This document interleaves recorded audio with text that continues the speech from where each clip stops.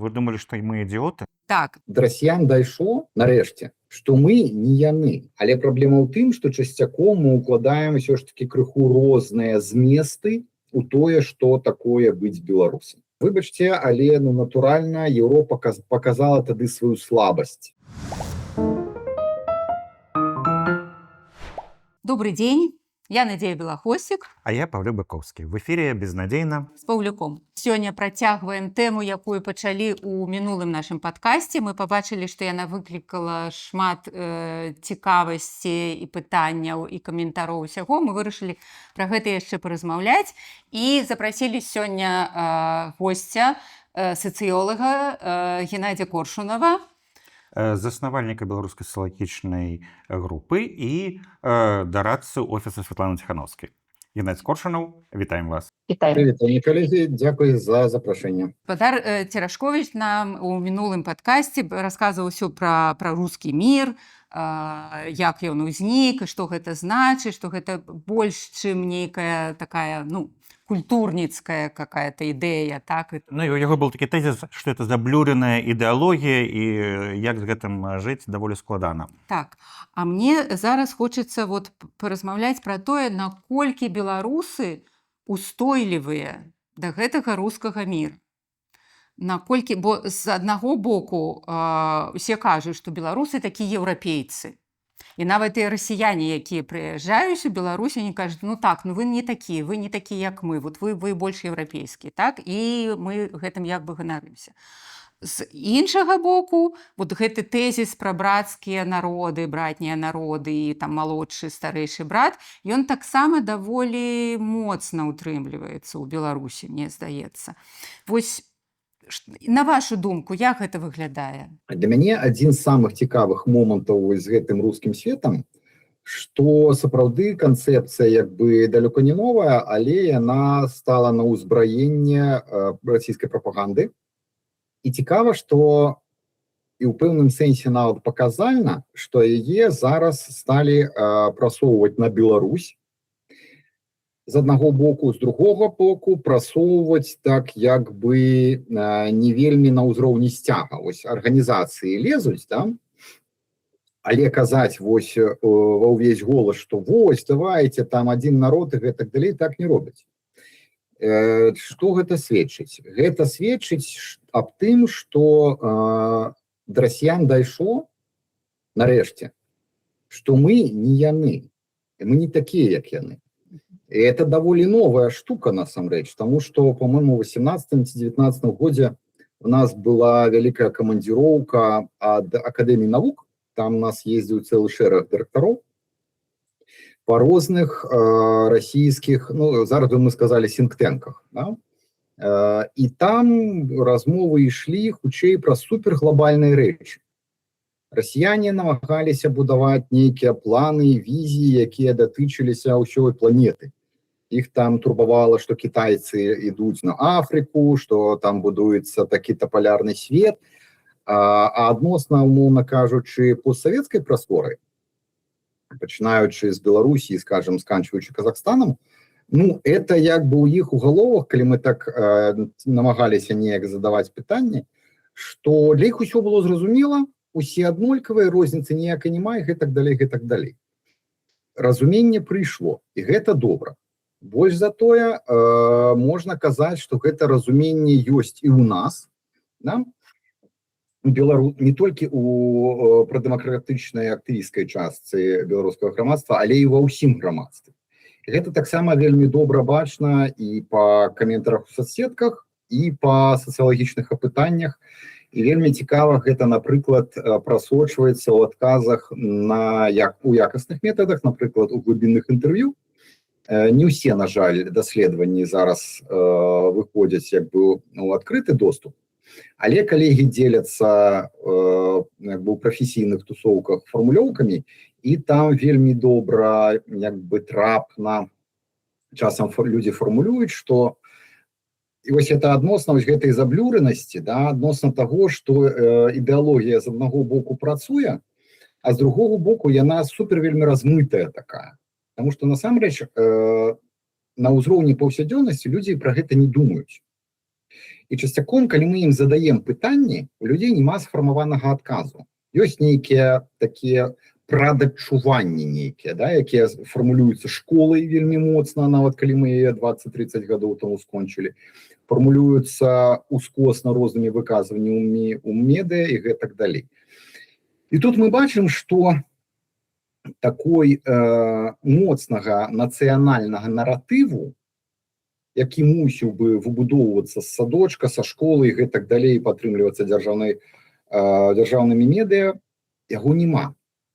Наратываў хутчэй некалькі. Тут вельмі добра можна паглядзець, што робіць, напрыклад, каманда Філіпа Біканова. Да? У іх цэлы шэраг даследаванняў штогадовых адносна ідэнтычнасці. Ну, але это іншае пытанне, калі будзе час, пагаворым. А пра розніцу з расіянамі людзі вельмі добра ўсведамляюць. І тут, насамрэч, няма супярэчлівасці вось з тым тэзісам пра трохадзінны народ, які распрацавалі, умоўна кажучы, на замову яшчэ таму калі в 17-18 стагоддзі. Да? Гэта не заміна з аднаго боку, да, со школы это дзяўблі, прапаганда перыядычна кажа, да, тое, што мы тыя ж самыя рускія са знакам якасці, браты. Ну, вся вот это вот усе мы ведаем. Да? Але гэта, ну, я спадзяюся, нікога не абражу, але это амаль цытата з глыбінкі, мне вельмі спадабалася, што людзі кажуць, ну, з аднаго боку, да, расіяне, можа, і наш брат такі, які можа, калі што, і ў лоб даць, і грошай яго можна пазычыць, але гэта далёка не той брат, які можна ганарыцца і пра сваяцкія сувязі, з якім хочацца распавядаць. Таму адысці ад той повязі і прамысловай, і эканамічнай, і сваяцкія сувязі, нікуды не адыдзеш, але лепей бы вось гэта было неяк далей, гэта такія фоткі з сямейнага альбома хутчэй прыбіраюць. Гэта пра адчуванне розніцы. Да? Ну і тое, што зараз наплыў расіян і расійскіх турыстаў і спрэчкі ў сацыяльных сетках, яны адназначна вялікай любові да ўсходняга суседа не дадаюць, хутчэй наадварот, яны працуюць на наше усведомление нашей розницы. Это с пэўнага пункту гледзяшча вельмі добра. Ну, вот вы кажете фактично про такую негативную идентичность, то бок мы ведаем, что мы адрозніваемся. Мы, может быть, не до конца ведаем, чым адрозніваемся, але мы это усведомляем. Але вот як позитивное такое вот усведомленне, чаму я беларус і гэтак далей, гэта, напэўна, трошки іншы падыход. І вот было б цікава, может быть, былі такія даследаванні, дзе можна было бы сказаць, колькі такіх беларусаў, якія разумеюць, што яны не проста чымсьці адрозніваюцца ад тых рускіх там ці іншых народаў былога Савецкага Саюза, а што вот яны беларусы, і яны беларусы, і ганарацца тым, што яны беларусы, і яны ведаюць, чаму яны беларусы. Бо гэта падобна магло бы выглядаць як найлепшая зброя супраць рускага міра, бо чалавек бы больш свядома ўспрымаў тое, што на яго абрынаецца. Вось такое негатыўнае адрозненне, супрацьпастаўленне мы і яны, гэта базавы такі першы крок фактычна заўсёды. Да? І калі вымалёўваецца у дадзеным нашым выпадку яшчэ такі негатыўны вобраз іншага, расіян як іншага, гэта працуе вельмі добра.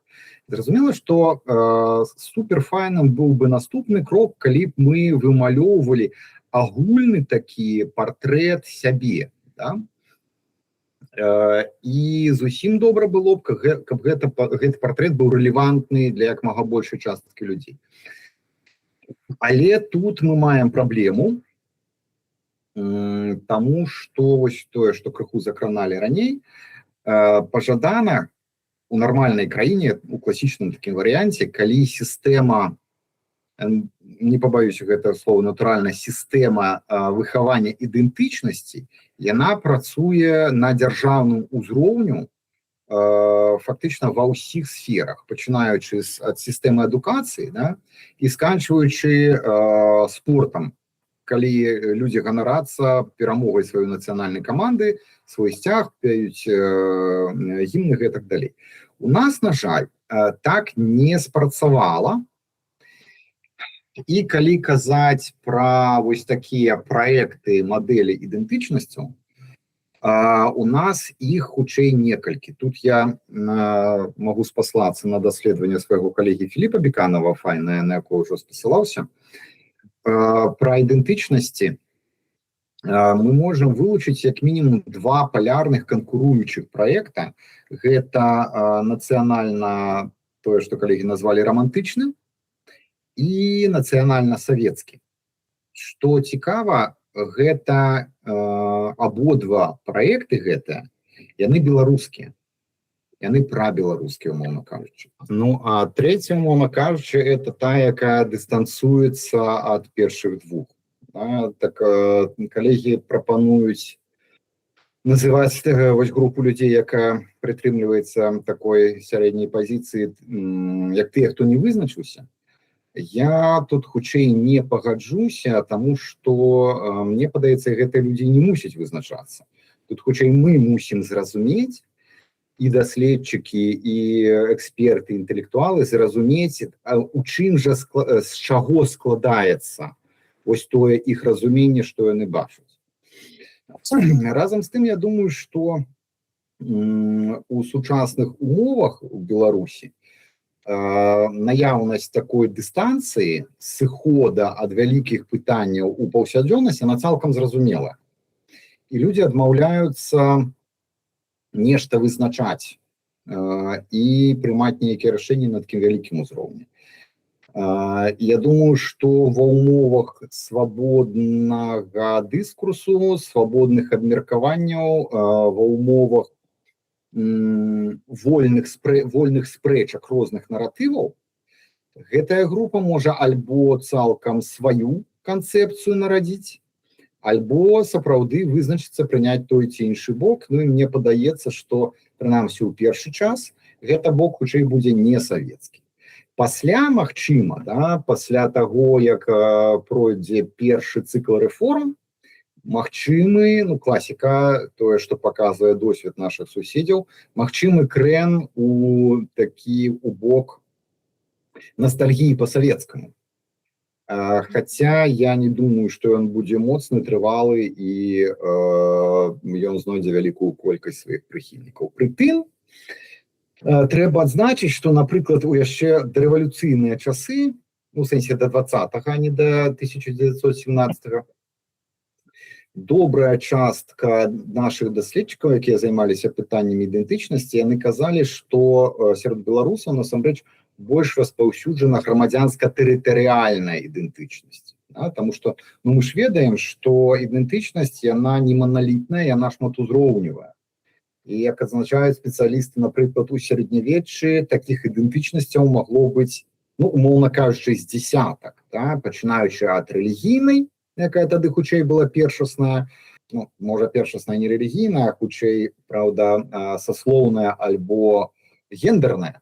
Тым не менш. Мы можем прыгадаць, што Скарына меў в сваім апісанні, хто ён такі, і указанне, што ён з Полацка, і доктар, который вучыўся там-то, і што ён вернік такі-то, і гэтак далей, гэтак далей. Там на сённяшні момант это занадта доўгі тытул, да якіх мы не прызвычаіліся. Але это апісанне многіх ідэнтычнасцяў Францыска Скарыны. І на Беларусі традыцыйна вельмі моцнай з'яўляецца тэрытарыяльная.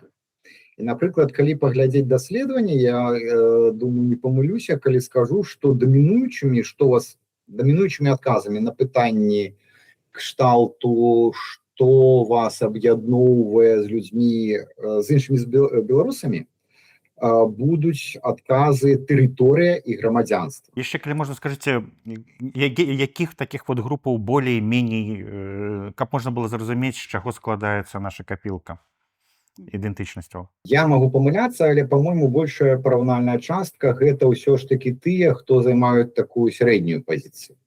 Каго калегі называюць тымі, хто мусіць вызначыцца.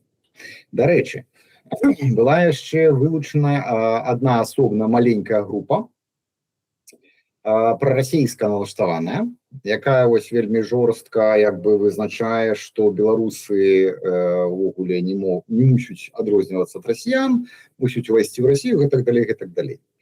І яна, калі не памыляюся, на ўзроўні памылкі выбаркі. То бок, умоўна, там 3-4-5%. То бок агульны выснову з гэтага можна зрабіць такую, што беларусы асэнсоўваюць тое, што яны беларусы, адрозніваюць сябе ад іншых, але праблема ў тым, што часцяком мы укладаем ўсё ж такі крыху розныя зместы у тое, што такое быць беларусам. А скажыце, а якая вот з гэтых ідэнтычнасцяў, ну, па-за гэтай чацвёртай, так, найбольш устойлівая перад вот ідэямі рускага міру, а якая ў больш такім небяспечным стане? Больш рэзістэнтная да рускага свету будзе, безумоўна, можна кажучы, романтычная, да? Тая беларуская ідэнтычнасць, якая накіраваная на мову, на гісторыю, на самасвядомасць нацыянальную і гэтак далей. Найменш, мне падаецца, ўсё ж такі хутчэй расейская, прасавецкая, да? Таму што яна робіць стаўку на зусім недаўнюю гістарычную эпоху, і там сапраўды можна знайсці шмат агульнага, тое, што яднае, пэўныя дасягненні, гэтак далей, гэтак далей. Іншая справа, што расіяне, іх рускі свет, яны не робяць стаўку на савецкае. Это прынцыповая розніца. Яны, хутчэй, умоўна кажучы, монархісты. Яны імперцы. Так, Савецкі Саюз таксама быў імперыяй, можна казаць, абсалютна шчыра, але ён гэта як бы прыхоўваў. І савецкае гэта хутчэй роўнасць. Это такая левая мара, калі заўгодна, і імперыі там месца няма. І ў гэтым вось такая супярэчлівасць, якую складана вырашыць нашым прапагандыстам і на якую складана падпісацца таму ж самому вусатаму чалавеку. Пайсці ў рускі свет – это расцерушыцца. І у імперыю со сваёй вось такой эсэраўска-савецкай логікай упісацца супер-супер складана. Таму вось гэты парадокс, пэўны парадокс ёсць, і это добра. Скажыце, калі ласка, вот мы зараз гаворым пра тое, што мы параўноўваем вот гэты беларусы, вот тут рускія, Беларусь і Расія, так, это розны. А калі казаць Расія, Еўропа, так, калі гэта супрацьставіць, то вот дзе беларусы, куды яны, ці задавалі вы такія пытанні вот у предрэвалюцыйныя часы, калі былі дырэктарам Інстытута сацыялогіі Акадэміі навук, ці былі такія даследаванні? Ну, тут усё насамрэч яшчэ вельмі добра так залежыць ад метадалогіі, таму што зразумела, што найбольш такое, ну, скажем, умоўна цікавы варыянт, калі мы прапаноўваем людзям дыхатамічны выбар, абяры альбо тое, альбо тое. Да? І мы атрымліваем вельмі простую сістэму каардынат, у якой вельмі добра маляваць, як змяняўся выбар за, умоўна кажучы, усходні кірунак развіцця альбо заходні. І ну і доўгі так час рабілася і рознымі арганізацыямі, але ў пэўны момант, я не магу сказаць, хто першы дадаў, але пасля шмат хто стаў дадаваць трэці варыянт. А той чацвёрты, але сэнс у тым, што акрамя вось гэтага палярнага выбару, казалі, такі варыянт быў, не ўваходзіць ні ў адзін саюз, альбо намагацца сябраваць і з усходам, і з захадам. І у 10-х годах вось гэты выбар, ён стаў дамінуючым. То бок, тое, што зараз намагаліся называць і ў свой час называлі і прыхільнікі рэжыму, прычым самых высокіх трыбун, што беларуская Швейцарыя, быў такі мем, калі памятаеце, все казалі, і з нашага боку высоўваліся праекты беларускай Фінляндыі. Фінляндыя показала, што доўгі час немагчыма быць адасобленай, яна ўжо у НАТО. Вось. Але такая мара была. І я думаю, што яна б і заставалася, калі б не вайна, таму што пачатак вось гэтай расійска-украінскай вайны яшчэ ў 14-м і ў 15-м, 16-м годах ён вельмі добра адбіўся вось на гэтых геапалітычных поглядах беларусаў. Таму што, выбачце, але натуральна Еўропа показала тады сваю слабасць. І шмат у каго у беларусаў у галавах была думка, што Еўропа ў пэўным сэнсе кінула Украіну. І простое спадзявацца і вызнаваць як бы еўрапейскі выбар пасля 14-15 года было складана. Таму яго папулярнасць знізілася. Пасля як бы сітуацыя пачала аднаўляцца і гэтак далей. Але з майго пункту гледзяча, тут зноў жа вось такія лабавыя пытанні, яны не заўсёды зручныя. Тут бы перыядычна капаць больш глыбока. Зразумела, трэба задаваць і пытанні ў лоб, ты выбереш грушу альбо яблык, да? Але паглядзець на тое, што больш падабаецца, мовна кажучы, якая тэкстура фрукта, ці ў варэнні ён табе спадабаецца, альбо як сок, ці гэта. Калі глядзець на тыя каштоўнасці, якія пачалі вызнаваць все большая і большая частка беларусаў, то яны з цягам часу, асабліва вялікі скачок сапраўды быў у 10-х годах. Скажем так, папулярнасць праеўрапейскага каштоўнаснага комплексу, яна вырасла просто вельмі значна, і это было заўважна ўсімі назіральнікамі. Нават калі паглядзець той же самы World Wide Survey, калі памятаеце, даволі так у пачатку 20-х абмяркоўвалі, што доўгі час, умоўна кажучы, Беларусь плюс-мінус мігравала ў адным сегменце каардынат, а пасля зрабіла добры такі скачок, зыходзячы з каштоўнасцяў выжывання да каштоўнасцяў больш праеўрапейскіх, умоўна кажучы. І вось тут якраз такі парадокс, які мы заўважылі, я не памятаю, ці апісвалі дзеці як, але дакладна прагаворваў некалькі разоў.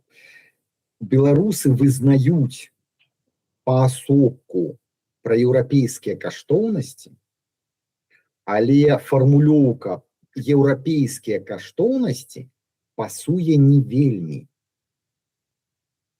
І таму, напрыклад, можна казаць пра агульначалавечыя каштоўнасці. І калі это ж фактычна тое ж самае, мы просто змяняем цэтлік. І калі мы кажам пра агульначалавечыя каштоўнасці, на ўзроўні тэрміналогіі гэта значна бліжэй і лягчэй успрымаецца. Это вось да пытання таго, калі мы аперуем лічбамі толькі адносна аднаго пытання.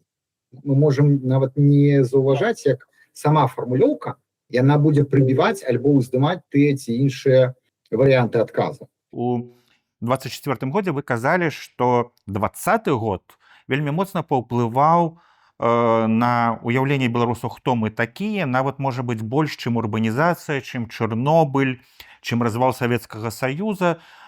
І, можа быць, это тады было ваше эмацыйнае выказванне, а можа быць, вы зараз перагледзелі свае погляды, а можа быць, вы знайшлі большее падмацаванне свайму мінуламу тэзісу. Вот як бы вы з пазіцыі сённяшняга дня выказались? Было не эмацыйнае выказванне, нават не назіранне, это было інтэрпрэтацыя лічбаў. Таму што мы тады праводзілі даследаванне, калі не памыляюся, з ініцыятывай «Народнае пытанне». І там абсалютна пераважная большасць сярод падзей, якія мелі лёсавызначальны ўплыў на беларусаў, назвалі менавіта 20-й год.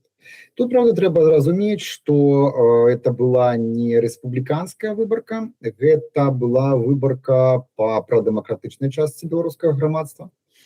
Але падзеі і тая рыторыка і усе дзеянні рэжыму паказваюць, што гэта сцвярджэнне абсалютна рэлевантнае і для другога боку. Для іх 20-й год таксама стаў проста тым, што змяніла жыццё суперкардынальна. Таму што тут не магу не прадставаць цытату, па-мойму, ці то Караева, ці кагосьці з яго паплечнікаў, што беларусы былі цішайшая ніва. Вось. І як бы трэба было яе проста акучваць, стрыгчы і гэтак далей. Вось аказалась не цішэйшая ніва, да? І самае галоўнае, што мы самі убачылі і усвядомілі, да, За гэта прыйшлося заплаціць. І кошт быў вельмі высокі. І частка кажа людзей, што можа і не трэба было так сябе паводзіць. З іншага боку, зноў жа, я абапіраюся, это не маё меркаванне, я абапіраюся на адны з апошніх дадзеных. По-моему, 25-го года таго ж даследавання тыя, хто прымалі актыўны ўдзел у пратэстах, не шкадуюць. Фактычна, яшчэ год таму ўжо можна было казаць, што пэўны канон 20-го года склаўся. Пераважная большасць, по-моему, нават абсалютная большасць сказалі, што трэба было, што калі б сітуацыя паўтарылася, то яны рабілі б альбо так сама, як і тады, альбо паводзілі б сябе яшчэ больш актыўна. Іншая справа, што зноў жа это хутчэй, ну, умоўна кажучы, палова беларускага грамадства, можа крыху меней. Тая палова, якая не ўдзельнічала ў пратэстах і не падтрымлівала, хутчэй за ўсё будзе мець сваё меркаванне. Але тое, што 20-й год застаўся і паўплываў, застаецца зараз уплывовым фактарам на самасвядомасці. Ну, это, я думаю, сцвярджэнне працуе па любыя бакі і мяжы, і барыкадаў. Зараз у нас 26-й год, і мы ўжо ведаем, зараз мы кажам пра беларусаў, якія ўнутры краіны. І вот тая гісторыя, што беларусы мелі найбольш шэнгенскіх візаў на свеце, і дзеці вучыліся в універсітэтах в Еўропе. Зараз гэтым вялікія цяжкасці. Амаль што заслона такая зачыненая, прарвацца праз яе вот на захад вельмі цяжка. І таму і дзеці, зараз я просто бачу гэта па сем'ях маіх там знаёмых, едуць ужо вучыцца, на жаль, у Расію, у Маскву, у Піцер, а яшчэ там 10 гадоў таму яны дакладна паехалі б там у Варшаву ці ў Берлін, ці яшчэ недзе. Вось гэтая сітуацыя, яна больш небяспечная, вот, ну, з пункту гледжання ўплыву таго самага рускага міра, калі так Беларусь закрытая. Вельмі трапнае пытанне, і ў гэтым сэнсе я думаю, што бар'еры з боку Еўропы, яны маюць значна больш уплыў, чым непасрэдна прапаганда рускага свету. То бок, зніжэнне папулярнасці еўрапейскага выбару мае значна больш такія кепскія наступствы. Таму што, напрыклад, былі яшчэ такія, мы задавалі пытанні адносна геапалітычнага выбару, нават асэнсоўваючы сваю адрознасць ад расіян, ну, як бы этнічную, нацыянальную, шмат хто выбірае усходні кірунак проста праз тое, што заходні кірунак, людзі кажуць, ну, слухай, это немагчыма. Нават калі ідзе ўдакладненне нейкае, людзі кажуць, трэба глядзець зараз і цяпер. Межы закрытыя, візаў няма, супрацоўніцтва няма. Ну, што ты нам это вот як бы пытаешься? Беларусы ў гэтым сэнсе суперпрагматычныя людзі. Яны глядзяць на зараз і цяпер. І, безумоўна, вось гэтыя бар'еры, гэтае напружанне, яно не спрыяе, на жаль, у такім аператыўным рэжыме паляпшэнню ці больш не спрыяе папулярнасці праеўрапейскага выбару. Я ж кажу, і таму атрымліваецца такая парадаксальная сітуацыя, што каштоўнасці людзі вызнаюць хутчэй агульначалавечыя, да? І калі казаць гістарычна, кажу, да, ну гістарычна мы хутчэй еўрапейцы. Але, як то я сказал, лёс склаўся так, што вось зараз такая сітуацыя, калі мы вымушана вось як бы супрацоўнічаем з расіянамі. Дарэчы, той жа самы момант прагматыкі выбара усходняга кірунку пры ўсёй адрознасці. Да, людзі кажуць, слухай, ну, да, мы разумеем, што як бы можа хацелася б у Еўропу, і працаваць там, і каб дзеці вучыліся, ўсё такое. Але калі мы рыпнемся ў Еўропу, нас чакае лёс Украіны. То бок гэта той вось вобраз старэйшага такого дурнаватага брата, у якога дубінка ў галаве, і як бы ты, можа, б і хацеў жыць асобна, але вельмі не хочацца, каб прыляцела дубінкай па галаве. Мы зноў аказваемся ў гэтай п'есе тутэйшыя, так, купалы. Зноў нічога не змянілася. 100 гадоў прайшло, і мы зноў там. Я вот хотел задать еще такое вот пытанне. Вот мы много наракаем у наших размовах на тое, што дзяржава не зрабіла вось гэта ні в школе, ні в садочку. А дзяржава стварыла масу рэпрэсіўных всякіх мераў, якія перашкаджаюць працаваць грамадзянскай супольнасці, але, напэўна, нешта застаецца, што мы все-таки рабіць можам для ўмацавання сваёй ідэнтычнасці, для таго, каб разумець, хто мы ёсць, не паддавацца ўздзеянню прапаганды, неважна, з якога боку яна ідзе.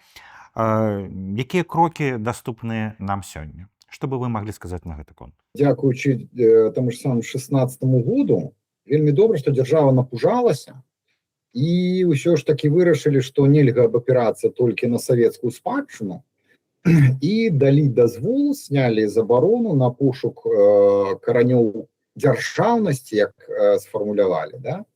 І гісторыкі з Акадэміі навук стварылі, па-мойму, шматтомнік, дзе даволі так, спецыфічна, але тым не менш распрацавалі гісторыю не толькі савецкага часу, але сягануўшы да полацкага княства. І хоць зараз там паступова нешта вычышчаецца з падручнікаў па гісторыі, але вось гэтыя перыяды сярэднявечча, якія можна рамантызаваць, і гэта будзе супер вельмі прывабна і для моладзі, і для дзяцей, і для падлеткаў, тому што гэта рыцарства, гэта сівая даўніна, гэта постаці, якімі можна ганарыцца, якіх ні ў кого нема, напрыклад, той же самы князь Ваўкалака. Это ж можна рабіць просто эпос нацыянальны, альбо князь Вячка, які рэйды ладзіў там з сотняй сяброў просто. І это вось адказ, адзін з адказаў пра тое, што можна рабіць. Папулярызаваць нашу гісторыю. Напрыклад, як гэта файна робіць спадар Цімоха Кутовіч са сваімі коцікамі. Это ж файна, да? І это тое, што можна глядзець і адмыслоўцам, і дзецям.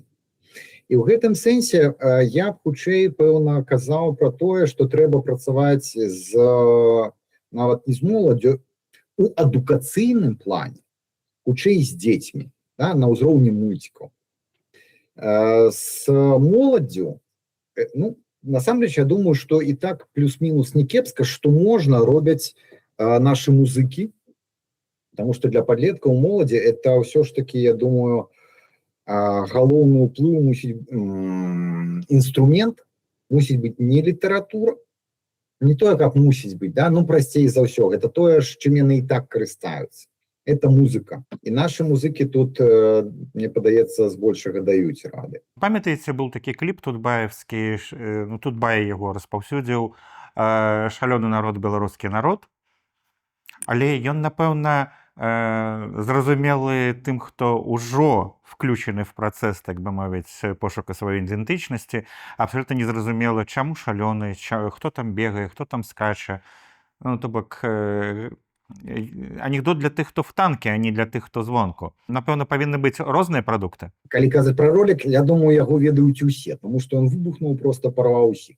І суперкласны, і нават калі там для кагосьці з'яўляліся невядомыя постаці, то гэта можа, наадварот, зацікавіць.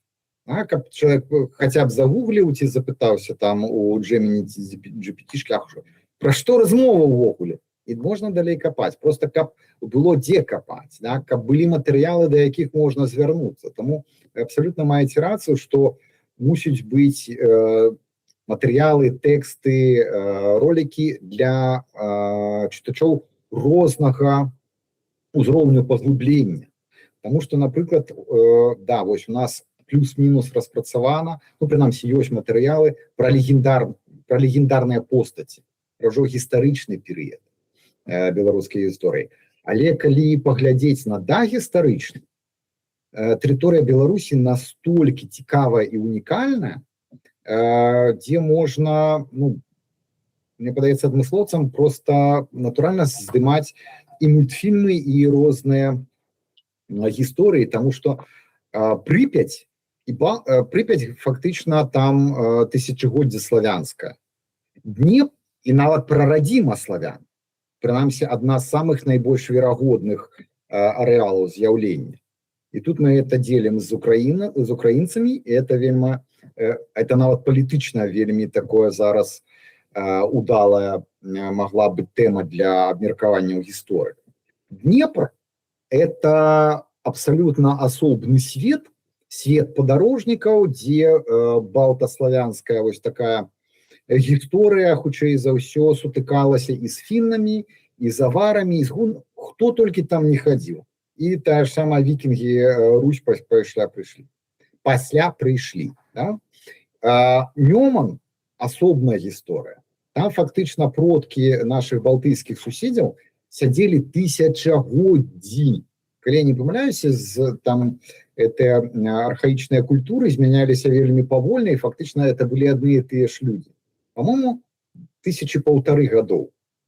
І вось віравала жыццё на Прыпяці, на Дняпры, а на Нёмане тысячагодня быў такі, ну, про людзей запаведнік не скажаш, але, ну, захоўвалася спадчына. Ну і гэтак далей. Да? І сапраўды гэта хацелася б не толькі, каб гісторыкі распрацоўвалі, хацелася б, і было б вельмі карысна, каб гэта і сыходзіла на ўзровень мемаў, на ўзровень налепак на ноутбукі, на ўзровень там татуіровак. Потому что была у мяне не думка, я думаю, дай-ка я пагляжу, што б мне вось захацелася сабе набіць альбо дзіцям параіць. А нема. То бок вось такіх, не, ну троху ёсць, но это літаральна нейкія адзінкавыя такія рэчы, да? Арнаменты, пагоня, яшчэ пара-тройка матываў, усё. Калі паглядзець, што робіцца ў украінскім сегменце на гэты конт, ну это просто выбух, это просто неймаверна. А між тым, вось такіх нюансаў,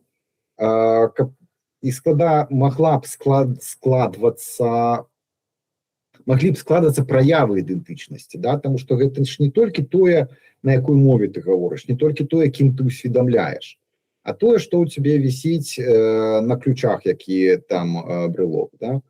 Ты дастаеш, адкрываеш свой ноутбук, і ўсім бачна на канферэнцыі, хто ты і адкуль. Ну і гэтак далей. То бок ёсць вялікія рэчы, якія ствараюць ідэнтычнасць, вялікія наратывы. Але і на ўзроўні паўсядзённасці мусіць быць шэраг, я возьму у ёлачкі, да, дробязей, хоць гэта і не дробязі, але ты не менш, таго, што можна павесіць на ланцужок сабе на шыю і хадзіць ганарыцца тым, што гэта грэе табе сэрца. Такія маленькія цаглінкі ідэнтычнасці, которые можа зрабіць кожны. Дарэчы, Прыпяць мы ж хацелі завярнуць, каб яна да Ўкраіны жа не планала. Размовы. У мяне апошняе пытанне. Мы, калі запісвалі размову з гаспадаром Церэшковічам, якраз нагадвалі, што вось там на Беларусі людзі супрацьстаяць як могуць. Там тое, што і нагадвалі, і купалі, якое было, там тысячы людзей былі, чаго ніколі не здаралася. А зараз мы з вами размаўляем, мы ведаем, што ўжо знішчаны, напрыклад, 3 найлепшыя крамы з беларускімі нейкімі цікавымі рэчамі, которые, ну... Я заёнак запытаўся, вы думалі, што мы ідыоты? Так, а Гігін сказаў, што... Так, што мы ўсё гэта калёным жалезам знішчым. І, ну, ніколі не было лёгка, ніколі дзяржава не падтрымлівала нічога беларускага, ніколі гэтага не было. І гэта я пра аптымізм так пытаю. А насуперак усяму гэтаму, так, і мова жыве, і каштоўнасці, і традыцыі, і нешта яно, ну, калі яно насуперак, яно ж, напэўна, мацнейшае, так? Ці ёсць у вас аптымізм вот на гэты конт? Аптымізм ёсць, безумоўны і невыкаранены, таму што, ну, тут хіба можна знака працытаваць, што яны думалі, што яны нас закапаюць, а мы аказаліся бульба. Адзінае, што я цалкам не выключаю, што новы выбух беларушчыны можа быць нечаканы. Таму што беларушчына як такая, яна вельмі плывучая, зменлівая можа быць. Таму што, ну, скажем, пэўны час уняцтва магло бы быць, ну, мела перспектывы быць калыскай беларушчыны. Знішчылі, да? Але частка засталася. Паганства магло б быць таксама калыскай, да? Таму што тое ж самае купалі, это ж паганская штука, абсалютная, альбо як казу вадзіць, ну, абсалютнае паганство. Але яны не знішчаюцца канчаткова. Гэта тыя ж самыя цаглінкі, яны будуць захоўвацца. Да? 20-й год, безумоўна, адбіўся, ён таксама будзе складаць пэўны шэраг ці падмурак агульны. А можа не. Я не ведаю, у якім варыянце выбухне беларушчына, ці расквітнее. Але тое, што она расквітнее, тут няма варыянту. Сумневу няма. Дзякуй вялікі, спадар Геннадзь. Дзякуй вам, што глядзелі. Ну, шукайце у сябе беларушчыну, цаніце яе, беражыце. Пакуль. Пакуль.